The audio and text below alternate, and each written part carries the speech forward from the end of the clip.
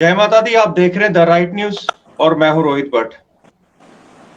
जैसा कि आप सब लोग जानते हैं, अभी द राइट कन्वर्सेशन में नई शख्सियत हमेशा आती है हमारे साथ बातचीत करने के लिए, और उसी सिलसिले में आज आपके बीच में द राइट कन्वर्सेशन में डॉक्टर रोमेश रैना जी हैं, जो कि प्रेसिडेंट हैं ऑल इंडिया कश्मीरी समाज, जो कि कल ही इन्हें चुना गया। सबसे पहले आपका स्वागत है द राइट न्यूज में डॉक्टर साहब। Thank you so much, God bless you. सबसे पहले हम आपको बधाई देते हैं, आप कल ही अपॉइंट हुए ऑल इंडिया कश्मीरी समाज, जो कि एक इतनी रिस्पॉन्सिबिलिटी का आपका कार्य है, उस ऑर्गेनाइजेशन के हेड चुने गए हैं, उसके लिए मुबारकबाद आपको। Thank you. First of all, Rohit ji, I wish to correct you. I have not been appointed. It was an election and the results were declared yesterday. Okay. So, to that extent, I express my profound gratitude to you for giving me an opportunity to speak from your platform. Thank you so much. आपसे पहला सवाल हम ये जानना चाहते हैं कि जैसे कि हमारी ऑडियंस भी जानना चाहेगी कि आपके रूट्स और आपके बैकग्राउंड के बारे में। सबसे पहले आप हमें वो बताइए। देखिए, मैं एक प्रैक्टिसिंग डॉक्टर हूँ, प्रोफेशनल डॉक्टर हूँ, और 1990 से जब हम चले थे और उसके बाद ही मेरा बेसिकली मैं एक्सीडेंटली इन्वॉल्व हो गया इस दिस पोस्ट एक्सोडस एक्टिविटीज़ में। और मेरा जो इनिशियल पहले जो स्टार्ट हुआ वो कश्मीर समिति दिल्ली में, और कश्मीर समिति दिल्ली में मैंने अपना एक्टिविज़म स्टार्ट किया, और कश्मीर समिति दिल्ली की वजह से जहाँ मैं आज हूँ ये उसकी वजह से। वहाँ पर इनिशियल 15-20 साल जो हमने देखा, जो स्ट्रगल हमने की, जहाँ पर हमने मेमोरेंडम्स बनाए, गवर्नमेंट के साथ संपर्क किया, हमारी अपनी समस्याओं का समाधान ढूंढा, और इन सब चीज़ों को लेके मैं जुड़ा रहा। कभी जनरल सेक्रेटरी कश्मीर समिति दिल्ली, कभी सेक्रेटरी कश्मीर समिति दिल्ली, कभी कश्मीर समाचार के साथ, और उसके बाद मैं कश्मीरी पंडित यूनाइटेड फोरम का प्रेसिडेंट रहा 2006 से 2009 तक। फिर 2009 से 2015 तक मैं general secretary all India Kashmiri समाज में रहा, और 2015 से अब तक मेरी जो जर्नी है, मैं एक अपना ब्लॉग लिखता हूँ, penbricks.home.blog, और मीडिया में जो आजकल चर्चा हो रही है कश्मीर को लेके, कभी कभी वहाँ भी देखने को मिलता हूँ।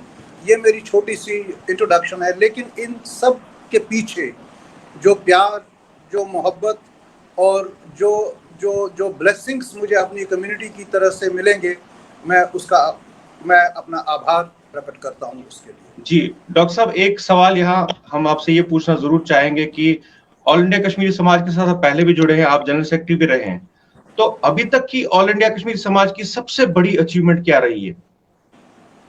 देखिए, ये जो जब हम अचीवमेंट की बात करते हैं, हम अचीवमेंट को क्वांटिफाई नहीं करते हैं। ऑल इंडिया कश्मीरी समाज ने बहुत कंट्रीब्यूशन किया है, बहुत ही कंट्रीब्यूशन किया है। एक कंट्रीब्यूशन की बात मैं जो करूँगा, जो कभी कश्मीरी पंडित, खास तौर पे वो कश्मीरी पंडित जो वहाँ से पलायन होके आए 1990 में, वो कभी नहीं भूलेंगे। जो reservation policy, education reservation policy जो वहाँ पर आज की डेट में जिसका फ्रूट हम ले रहे हैं पिछले 30 साल से, इसके जो ओरिजिनल ऑथर थे, हालांकि कश्मीर समिति दिल्ली से तो शुरू हुआ था ये, लेकिन जिसको इंस्टीट्यूशनलाइज किया, जिस शख्स ने इसको ऑल इंडिया पॉलिसी के तौर पे सामने हमारे लोगों के लाया, वो थे पंडित M.K. काव साहब। और M.K. काव साहब प्रेसिडेंट ऑल इंडिया कश्मीरी समाज थे, और ये सबसे ज़्यादा उपलब्धि है एजुकेशन के दायरे में लोगों को रिजर्वेशन देना। और आज जितनी भी हमारी एजुकेशन में, ये हमारे एजुकेशन की वजह से ही आज हम यहाँ पर इस मुकाम तक पहुँचे हैं, नंबर 1। और नंबर 2, 2006 में ऑल इंडिया कश्मीरी समाज ने एक civil writ petition Supreme Court of India में दे दिया था, और जो पहली अपीयरेंस हुई थी वो हमारे late finance minister Shri Arun Jaitley ji ने प्रेजेंट किया था सुप्रीम कोर्ट में, क्योंकि उस वक्त ये डर था कहीं सुप्रीम कोर्ट इस पिटिशन को रिजेक्ट न करे। और जब अरुण जेटली जी के माध्यम से ये एक्सेप्ट हो गया, और उसके बाद जो जितनी भी परेशानियां हमारी थी, जितनी भी हमारी उलझनें थी, वो सब उस सिविल रिट पिटिशन में दर्ज थी, और उसकी बदौलत सुप्रीम कोर्ट कई सालों तक इस पिटिशन को सुनता रहा। और उसके बाद 2-3 साल 4 साल पहले सुप्रीम कोर्ट ने इसको ट्रांसफर कर दिया हाई कोर्ट ऑफ J&K में। और तब से लेके मैं हमारे जो वकील साहिबान हैं जो इसको देख रेख कर रहे हैं, जो इसको फॉलो अप कर रहे हैं जम्मू में, मैं अभी उनसे मिला नहीं हूँ, मैं उनसे राबिता कायम करूँगा, उनसे मिलूँगा।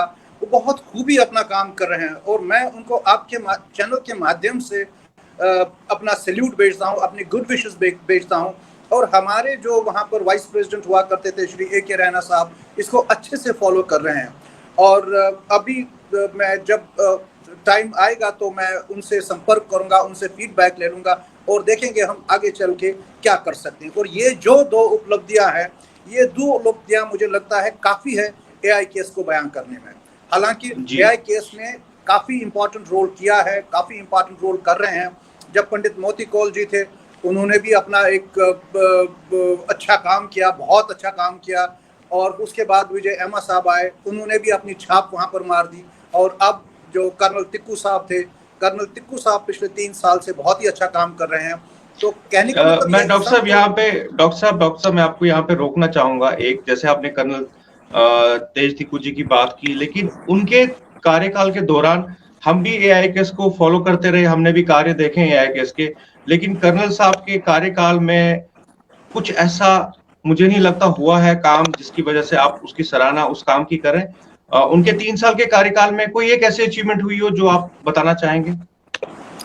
देखिए, जब हम अचीवमेंट की बात करते हैं, मैं फिर आपको ये दोहराना चाहूँगा, अचीवमेंट हम क्वांटिफाई नहीं कर सकते। हम अचीवमेंट को 2 और 2 4 जोड़ के नहीं कर सकते हैं। अचीवमेंट कंटिन्यूटी का नाम है। जो लीगेसी कर्नल तिक्कू साहब को मिली थी, एमा साहब ने जो छोड़ी थी और जो एमा माध्यम से ले ली थी, उस लीगेसी को कंटिन्यू करना, ये एक इटसेल्फ एक उपलब्धि है और ये एक इटसेल्फ अचीवमेंट है।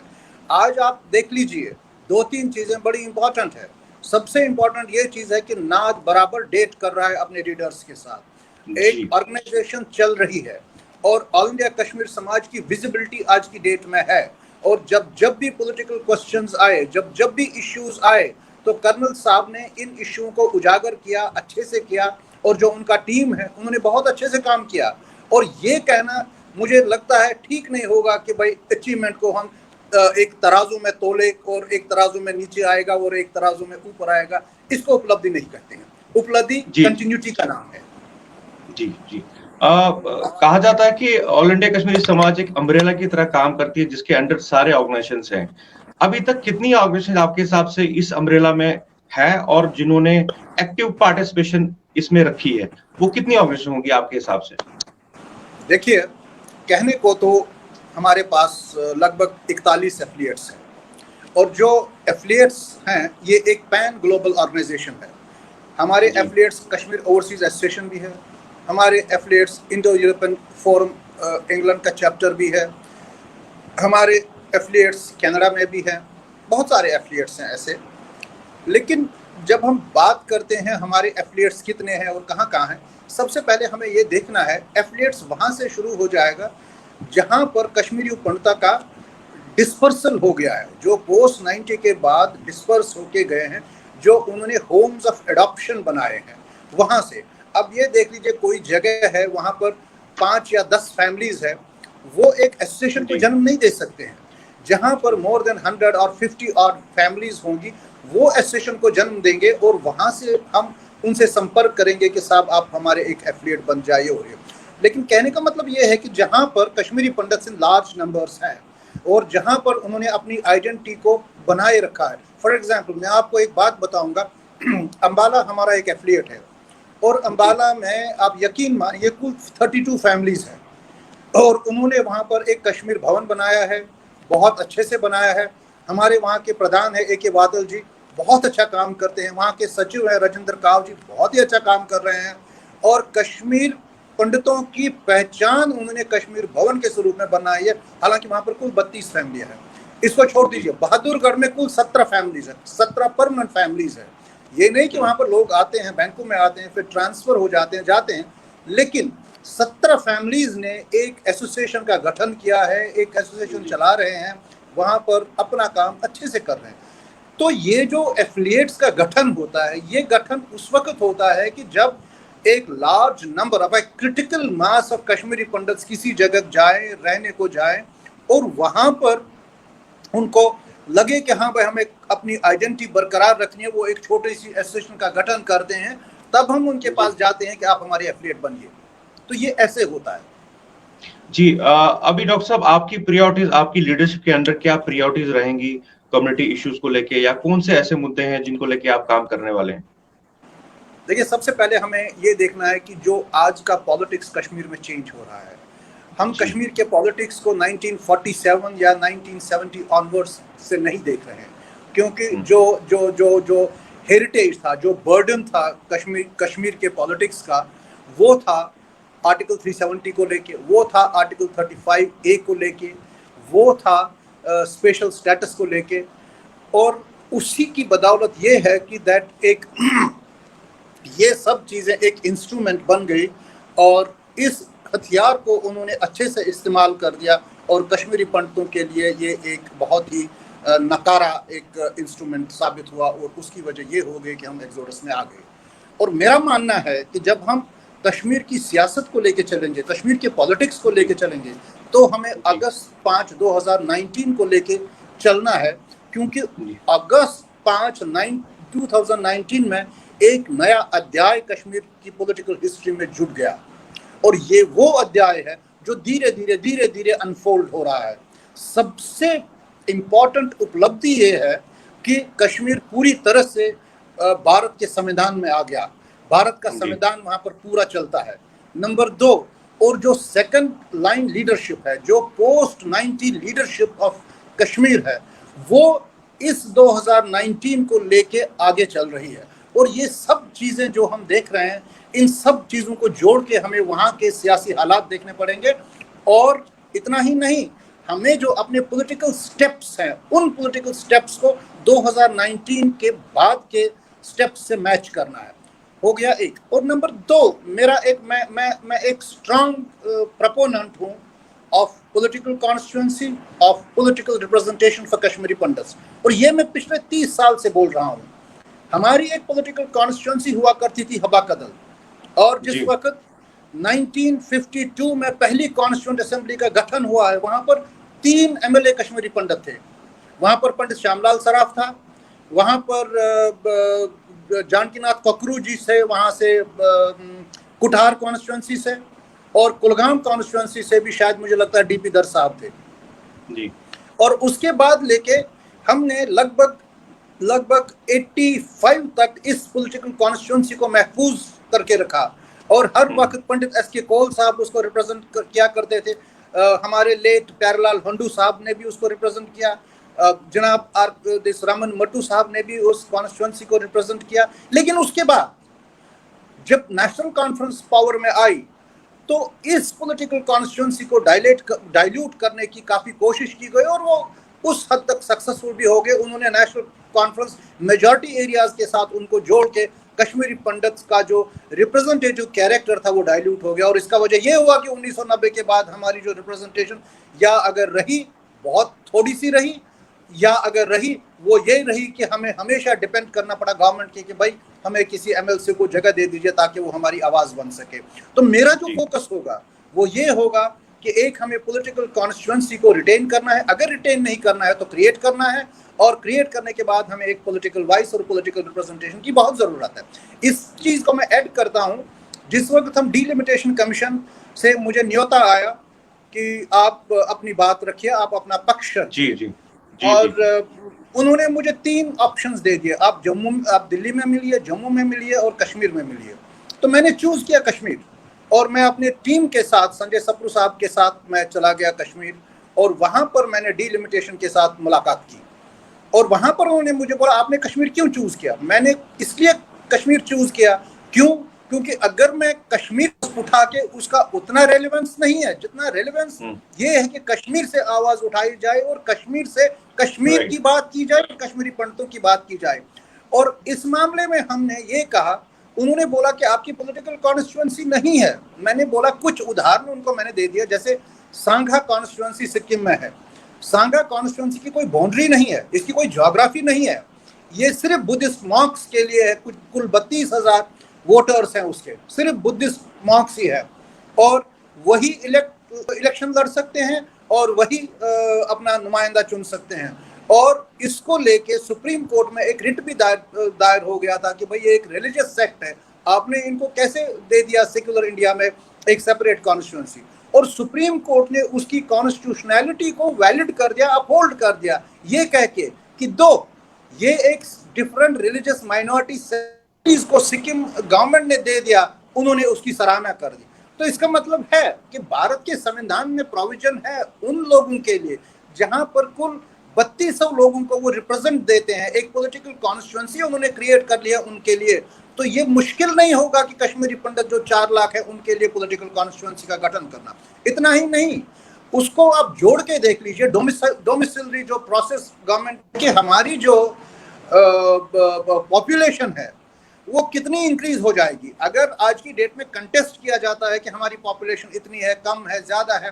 जब हम डोमिसिलरी प्रोसेस करते हैं, डोमिसिलरी प्रोसेस का इफेक्ट हुआ है 1944 से, तो इसका मतलब है 1944 से जो कश्मीरी पंडित पलायन कर गए हैं एक रीजन या दूसरे रीजन की वजह से, उनको ऑप्शन है to have this domiciliary certificates. और डोमिसिलरी सर्टिफिकेट्स मुझे एक आवाज देता है, मुझे एक क्रेडिबिलिटी देता है, मुझे एक लेजिटिमेसी देता है पॉलिटिकल रिप्रेजेंटेशन के लिए और पॉलिटिकल कॉन्स्टिट्यूएंसी के लिए, जो मेरा राइट है और जो हमसे कोई नहीं छीन सकता। जी डॉक्टर साहब, एक अहम बात होती है जिसपे हर एक से ये बात पूछी जाती है जो पार्टीज को रिप्रेजेंट करते हैं, उनसे आपसे भी ये सवाल पूछा जाएगा, क्या आप रिटर्न पॉलिसी जो केपीज की रिटर्न पॉलिसी है उसमें आप भी होमलैंड की पैरवी करते हैं, वन प्लेस सेटलमेंट की, या कुछ और? देखिए, जो अभी रिटर्न पॉलिसी कश्मीरी पंडित्स की, रिटर्न पॉलिसी के 2 साकार हैं। एक साकार ये है कि गवर्नमेंट का प्लान क्या है, गवर्नमेंट क्या अनफोल्ड करेगी in the form of return policy, और दूसरा साकार है कश्मीरी पंडित किस तरह चाहते हैं अपने आप को रिसेटल करना वैली में। और अगर हम गवर्नमेंट का वर्जन देखेंगे तो गवर्नमेंट का वर्जन जो है, फर्स्ट स्टेप गवर्नमेंट ने 2006 में जो रिटर्न पॉलिसी का जो रिलीफ एंड रिहेबिलिटेशन पैकेज प्रधानमंत्री जी ने किया था, यहाँ पर मैं एक बात ऐड करता हूँ, क्योंकि जो हमने सुप्रीम कोर्ट में रिट पिटीशन दिया था, सुप्रीम कोर्ट ने उस वक्त की सरकार से मांगा था एक्शन टेकन रिपोर्ट। और मेरा मानना है कि जो ये रिलीफ और रिहेबिलिटेशन पैकेज अनाउंस की गई श्रीनगर, उस वक्त मनमोहन सिंह जी ने, ये सुप्रीम कोर्ट के दबाव में, जो AITS का सिविल रिट पिटीशन वहां पर चला था, उसके दबाव में उन्होंने किया था। और एक्शन टेकन रिपोर्ट उन्होंने बाद में सुप्रीम कोर्ट में दर्ज किया था कि भाई ये हमारा है relief and rehabilitation package of Kashmiri pandits. और वो जो रिलीफ एंड रिहेबिलिटेशन पैकेज थी, हम उसकी काफी सराहना करते हैं, but it's a different matter that it was woefully short of our expectations. और इसी रिहेबिलिटेशन पैकेज को लेके जो मॉडिफिकेशंस आती है फ्रॉम सब्सिक्वेंट गवर्नमेंट्स, जैसे आज की सरकार है, वो इसी रिहेबिलिटेशन को आधार मान के इस पे इंप्रूवमेंट्स करती है। जैसे उसके जो दो ही कंपोनेंट्स थे, एक बड़ा इंपॉर्टेंट कंपोनेंट था एम्प्लॉयमेंट, और एम्प्लॉयमेंट को लेके उन्होंने आज तक जितनी भी एम्प्लॉयमेंट्स हो गई है पिछली 13-14 साल में, वो इसी के माध्यम से हो गई है। लेकिन जो उसके बाकी आयाम है, कंपोनेंट्स है, उसमें जो पेस है वो बहुत ज़्यादा कम हो गई। अब ये देख लीजिए, सबसे इम्पॉर्टेंट चीज़ है कि जो हमारा डिस्ट्रेस सेल्स एक्ट था, वो एक कागज़ पे एक्ट रहा, वो ऑन पेपर्स एक्ट था, वो अभी एग्जीक्यूट नहीं हुआ। अभी जो ऑर्डर नंबर 53 गवर्नमेंट ने निकाला है, वो review of that distress sales act, और अभी जो चर्चा हो रही थी सोशल मीडिया पे कि नव कश्मीरी पंडित फैमिलीज को न्याय मिला है, इंसाफ मिला है, ये भी एक बहुत इंपॉर्टेंट बात है। तो दूसरी बात जब हम करते हैं कि कश्मीरी पंडित क्या कल्पना करते हैं रिहेबिलिटेशन को लेके, इस मामले में मैं जल्द ही कोशिश करूंगा, जो हमारे सीनियर लीडर्स हैं जम्मू में, जो हमारी सीनियर लीडर्स हैं दिल्ली में, और जो हमारी बाकी ऑर्गेनाइजेशंस हैं, उनसे हम एक चर्चा करेंगे, बातचीत करेंगे, और इस मामले में जो ऑल इंडिया कश्मीर समाज का विजन है, उस विजन को चलते हुए, और जो बाकी ऑर्गेनाइजेशंस हैं उस विजन को मिला के, मुझे लगता है हम सबको मिलजुल के चलना होगा इस संदर्भ में। जी जी डॉक्टर साहब, एक इम्पोर्टेंट विषय ये भी है कि जो कल आपकी इलेक्शन हुई है उसके रिगार्डिंग सोशल मीडिया में बहुत सारी बातें चल रही हैं कि ये फेयर इलेक्शन नहीं हुई है। इसके बारे में आप क्या कहेंगे? क्योंकि बहुत सारे एलिगेशंस भी लग रहे हैं और बहुत सारे ऐसे ग्रुप्स हैं जो ये बोल रहे हैं कि उन्हें वोटिंग का जो एफिलिएटेड है आपके एआईकेएस से, उन्हें वोटिंग के बारे में पता भी नहीं है और वो वोट भी नहीं कर पाए। तो ऐसा क्यों हो रहा है कि ये समस्या सामने आ रही है? देखिए भट्ट साहब, ये कोई समस्या नहीं है। जब इलेक्शन होता है, इलेक्शन में एलिगेशंस एंड काउंटर एलिगेशंस हमेशा होती है। वो भारत की सियासत हो, वो कश्मीर की सियासत हो। आपको याद होगा नेशनल कॉन्फ्रेंस कम से कम पिछले 50-60 साल से काफ़ी हावी हुई कश्मीर के पॉलिटिक्स में। आज तक ये एलिगेशन है कि उन्होंने कोई साफ सुथरा इलेक्शन नहीं किया। तो जब छोटी मोटी संस्था में इलेक्शन हो जाता है तब ऐसी बातें उठती है, तब ऐसी चर्चा उठती है।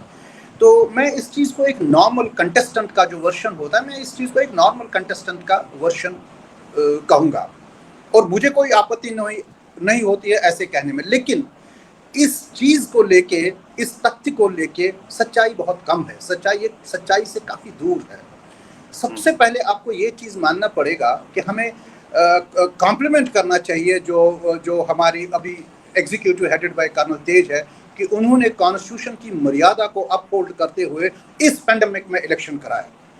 आपको यकीन नहीं होगा कि इस पेंडेमिक में इलेक्शन कराना कोई छोटी मोटी बात नहीं है। और सबसे पहले जो पहला डेट अनाउंस हो गया था वो हुआ था 15 मई को, और 15 मई को जो हमारे आरओ साहब थे उन्होंने बहुत कोशिश की कि इलेक्शन हो जाए, लेकिन उस वक्त पेंडेमिक पीक पे था। इतना ही नहीं, आपको पता होगा कि जो हमारी कम्युनिटी के लोग हैं वो सबसे ज़्यादा इस पेंडेमिक की चपेट में आ गए, और ऐसे दुख के माहौल में, ऐसे गम के माहौल में इलेक्शन करना उचित नहीं था। और हम सब मिल के गए आरओ के साथ, और आरओ हमारे बहुत ही सुलझे हुए आदमी हैं, retired joint secretary in government of India R K. Bhatt साहब, उन्होंने इस चीज़ को माना, हाँ ये नहीं होना चाहिए, तो ये डेफर हो गया। उसके बाद कॉन्स्टिट्यूशन ऑफ एआईकेएस में ऑप्शंस है, आइदर पोस्टल बैलेट और फिजिकल बैलेट। कोई एफिलिएट जो बॉम्बे में बैठा है, आप इसको कैसे एक्सपेक्ट करेंगे कि वो आपके फिजिकल वोटिंग करे? तो उसके लिए पोस्टल बैलेट का एक उन्होंने ऑप्शन दे दिया। ऐसे ही वो लोग जो दिल्ली में रह रहे हैं, कोविड की वजह से वो नहीं आ सकते हैं, कोविड की वजह से वो फिजिकल वोटिंग में पार्टिसिपेट नहीं कर सकते हैं, तो ऑप्शन हुआ पोस्टल बैलेट। और कम से कम जो मेजॉरिटी ऑफ द लोग जो थे उन्होंने पोस्टल बैलेट का ऑप्शन इस्तेमाल कर दिया, और काफ़ी ज़्यादा लोगों ने वो पोस्टल बैलेट का इस्तेमाल करके भेज दिया। और 18 जुलाई को जब ये हुआ, हमारा जो इलेक्शन का वेन्यू था, फिजिकल वोटिंग का वेन्यू था, वो था समावार कॉम्प्लेक्स। ओके। और पुलिस का परमिशन मिल गया था। उसके बाद हमारे क्या हुआ, किन हालात से हुआ, पुलिस ने वो विड्रॉ कर दिया परमिशन, कोविड को देखते हुए कि भाई कोविड है और ऐसी सिचुएशन में हम लार्ज गैदरिंग नहीं अलाउ कर सकते हैं। तो ऐसी सिचुएशन में सबसे पहले जो समस्या आई कि अब ये वोटिंग जो है, वोटिंग होनी चाहिए, क्योंकि कॉन्स्टिट्यूशन की मर्यादा का पालन करना है हमें। ये एक डेमोक्रेटिक इंस्टीट्यूशन है, डेमोक्रेटिक ट्रांजिशन होना चाहिए। तो इस मर्यादा को लेके वहां पर काफी चिंतन हो गया, काफी चर्चा हो गई इस विषय पे, और ये तय पाया हो गया कि फिजिकल वोटिंग किसी भी सिचुएशन में अगर हम करेंगे तो ये कोविड प्रोटोकॉल कहीं ना कहीं बीच में आ जाएगा और शायद हमें इसका परमिशन ना मिले। तो उन्होंने ऑप्शन दे दिया। 5 अगस्त 2021 को नोटिफिकेशन आरओ साहब ने दे दी कि भाई आप सब लोग एक पोस्टल बैलेट भेज सकते हैं, जो 28 तक 4 बजे तक पहुंचना चाहिए। और आपको मैं बता के आपको हैरानी होगी, ऑलमोस्ट सब लोगों ने पोस्टल बैलेट का ऑप्शन इस्तेमाल कर दिया। और ये कहना बहुत गलत होगा और सच्चाई से बहुत दूर होगा कि फ्री फेयर इलेक्शन नहीं हुआ। अगर फ्री एंड फेयर इलेक्शन नहीं हुआ तो ये इतने सारे वोट कहाँ से आते? ये कोई पैदा तो नहीं हो गए ना, ये तो कोई जमीन में उगा के, बीज को उगा के नहीं पौधा पैदा हुआ। लेकिन डॉक्टर साहब कुछ और सबका रिकॉर्ड जी बिल्कुल डॉक्टर साहब, लेकिन कुछ मेंबर्स का ये कहना है जो कि दिल्ली की ऑर्गेनाइजेशन से, छोटी मोटी ऑर्गेनाइजेशन जिनको एआईकेएस के अंडर आते हैं, उनका ये कहना है कि उन्हें वोटिंग के बारे में ना बताया गया, ना उनके पास कोई बैलेट पेपर आया जिसपे वो वोट कर सकते थे। अब उन लोगों ने अगर वोट नहीं किया तो फेयर इलेक्शंस किसे मानेंगे, नंबर 1। नंबर 2, इसके साथ एक और सवाल मैं ये पूछना चाहूंगा कि जैसे आपके अपोजिट जो इस इलेक्शन में प्रेसिडेंट कैंडिडेट के लिए खड़े हुए थे, वो भी रिजल्ट के टाइम पे वहां प्रेजेंट नहीं थे। क्या आपने उन लोगों को इनवाइट किया था कि नहीं किया था? देखिए रोहित जी, मैं आपकी चैनल काफ़ी देखा करता हूँ, इज्जत करता हूँ, जी जी रिस्पेक्ट करता हूँ। जी सबसे पहले मैं ये क्लियर करना चाहूँगा, इससे जो जी वोटिंग हो रही है, वोटिंग का प्रोसेस पिछले 5 महीने से चल रहा है। मार्च जी में एजीएम हुआ था समावार में या ऑल इंडिया कश्मीरी समाज का। मार्च जी में 2 चीज़ें तय हो गई, 3 चीज़ें तय हो गई। एक तो रिटर्निंग ऑफिसर भट्ट साहब का गठन हो गया था, वहाँ पर अपॉइंट हो गए थे, जी और दूसरा जी इलेक्शन होने की ये हो गई, और तीसरा कि भाई इलेक्शन कैसे होना चाहिए कोविड के माहौल में। जी और जब आर के भट्ट साहब ने नोटिफिकेशन निकाली, शायद 1 अप्रैल को निकाली होगी, तब जी से इसने गति पकड़ी। तो इसका मतलब है अप्रैल, मई, जून, जुलाई, अगस्त, पिछले 5 महीने से इसने गति पकड़ी हुई है। तो क्या राइट ये संभव है आपके लिए ये कहना कि हमको पता नहीं है साहब, हमें बताया नहीं गया?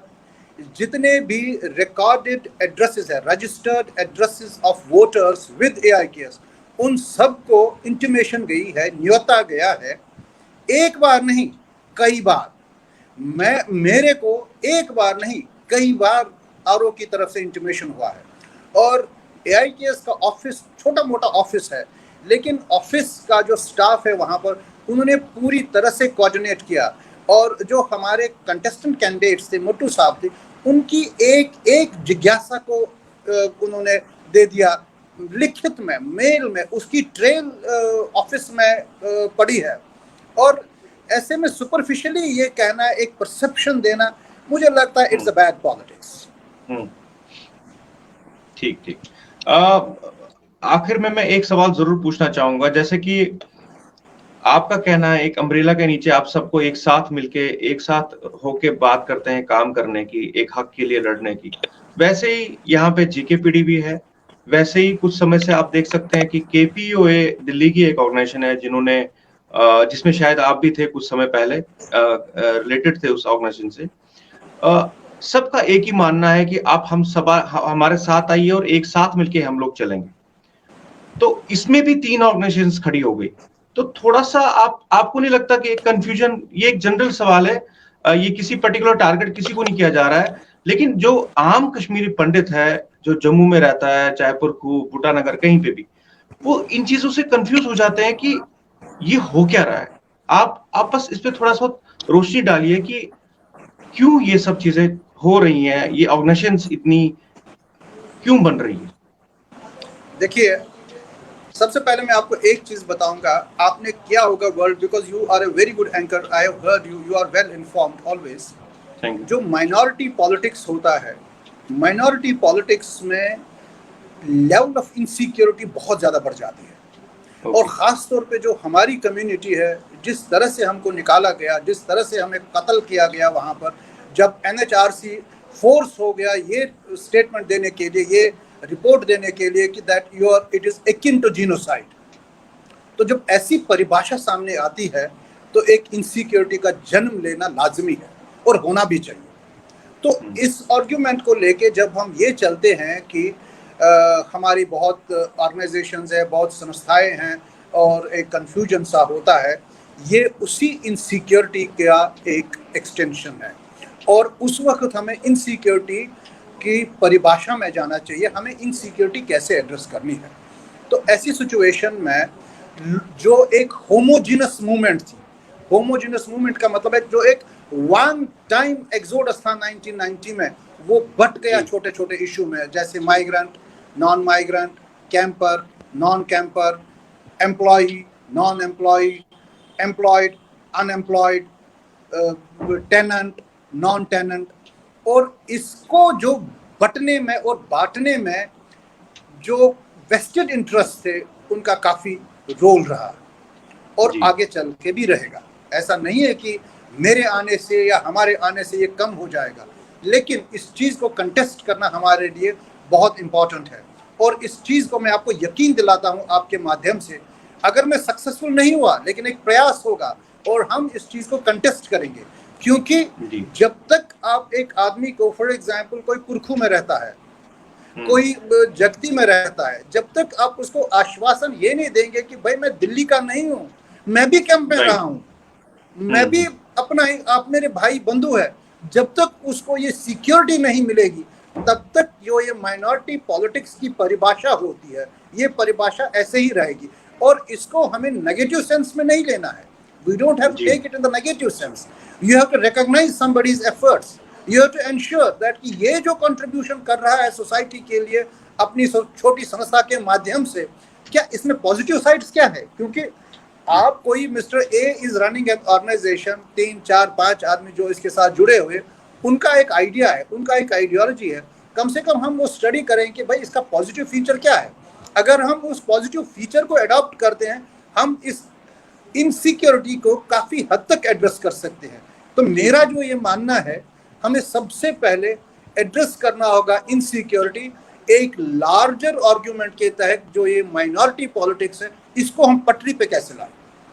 जी जी बहुत बहुत धन्यवाद डॉक्टर साहब, आपने अपना समय दिया और टीआरएन में बात की, कुछ मुद्दों पे बात की, और हम अपनी टीम की तरफ से आपको शुभकामनाएं देते हैं और उम्मीद करते हैं कि आपके कार्यकाल में आप अपनी कम्युनिटी के लिए काम करें। टीआरएन में आने के लिए, अपना समय देने के लिए धन्यवाद। Thank you so much. Thank you. God bless you. God bless you. नमस्कार। नमस्कार। नमस्कार।